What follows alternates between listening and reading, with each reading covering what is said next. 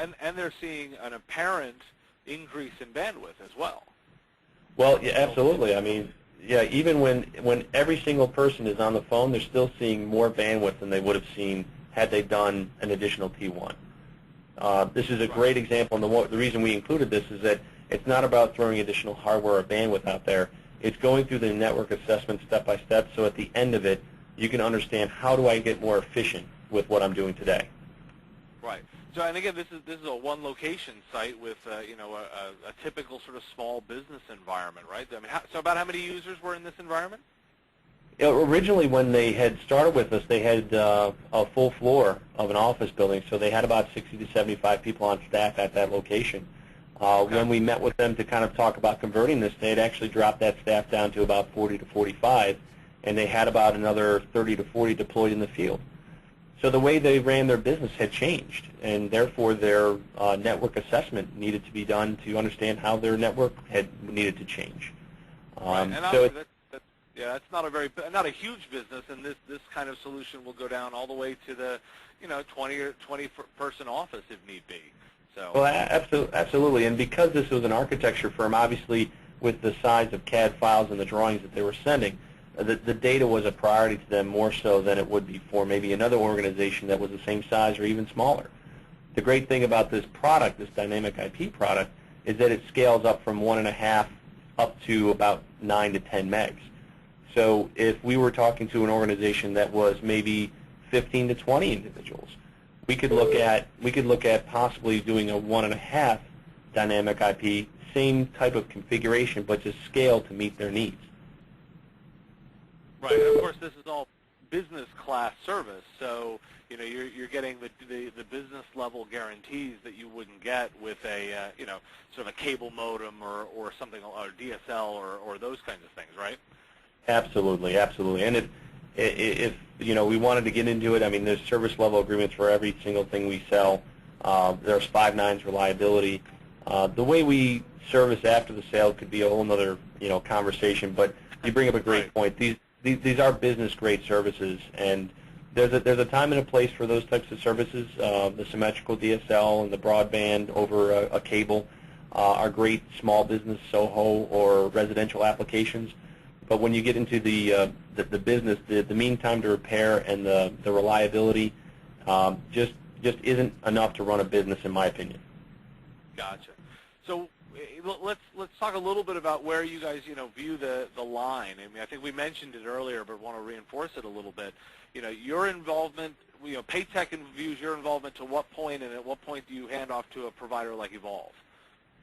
We get to the point of basically the router, and in this screenshot that we have in front of us right here, you can see that the Paytech provided the Cisco 2801 in this case, and then the PBX, the phone system, the LAN switch, and the LAN architecture is something that we could always look at, partnering with and Evolve on. We don't get into that LAN infrastructure. If an organization wants to look at us as a end-to-end voice provider, and actually the handset that they're using is provided and managed by Paytech, we can look at that as well. But at that piece of hardware, that's about where we end. It really is up to the customer and Evolve to really understand the LAN, the infrastructure, and maybe the management of software and applications. We're not going to manage software applications and the like. We're going to give you the conduit to run those applications, but not the day-to-day management of it. Right, and of course that's where we hand off, is we always take it right at the firewall, and we actually include that little black line that connects into your route, into the router there. That's the piece that we all manage, and we've got our monitoring and management pieces to take it from that piece on and take over the applications, and that's why the partnership works so well. Yeah, it's a seamless handoff at that point, Dave, and I think that's where we get into that real true partnership, where we've got the customer, the business owner, the Paytech, and Evolve sitting at the table. It's a much more salient and effective network assessment at that point, because we can talk everything from the desktop and phone system to the outside world, start to finish. Right, and we have connections at multiple levels, from our engineers to our sales teams, and then at our level, the sales directors and stuff. So there's more than one contact point when we're able to work together, right? Oh, I would hope so, Dave, because when it comes to, I can talk to a lot of the things that we've deployed, but when it comes to the technical aspect of it, I bring in a network design specialist to speak to the engineer at the organization, and more often than not, there's probably 2 or 3 folks from the Paytech side that would be involved on any level, because again, we want to make sure that when it comes to deployment, we're deploying the correct solution for the organization. So if I'm meeting with a business owner, that individual, he or she, will not be able to talk to their LAN infrastructure, firewall, box, and current router configuration. That's not their focus. Their focus is the overriding direction the company is going, and that's really what I want to understand. They can bring in their technical expertise. They can bring in Evolve. I can bring in my own technical expertise, and they can figure out the bytes and bits. I'm more concerned about understanding what is the end game. What are we trying to get to, and making sure we get there for the client. Yeah, and we certainly are approaching it the same way, and that's why we've integrated, your piece into our traditional network assessment, where we'll look at the servers and the desktops and the switches and all of those. We think this is a nice complementary option. So I'll certainly open it up for anybody that's on the call, and if there are other questions, please raise your hand in the chat and let us know. Michael, was there something that we didn't cover in all this discussion that you really think is important about the way this works?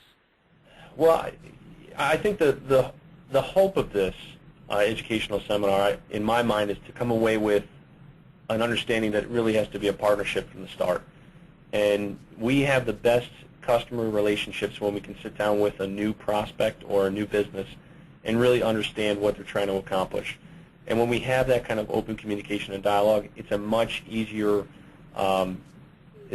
process for everyone involved. And I think the end result is much cleaner and much more in line with what the customer expectation is and what the customer need is. As I've mentioned, one of the founding principles is open communication for Paytech, and when we start that relationship with that open communication and dialogue, the end result is far better than if we don't.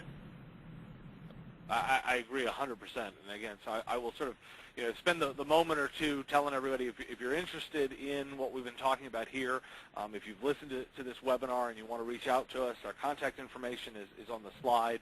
You can reach us at 703-426-7100, or extension 117, or you can email us at info@evolvetech.com.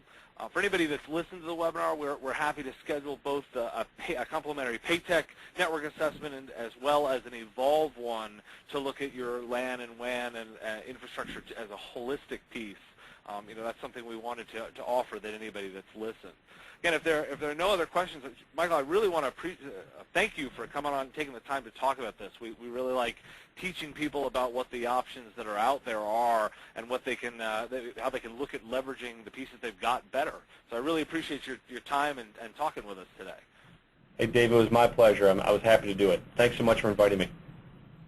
So again, thank you everybody for listening in, and look for more webinars in the future. Thanks.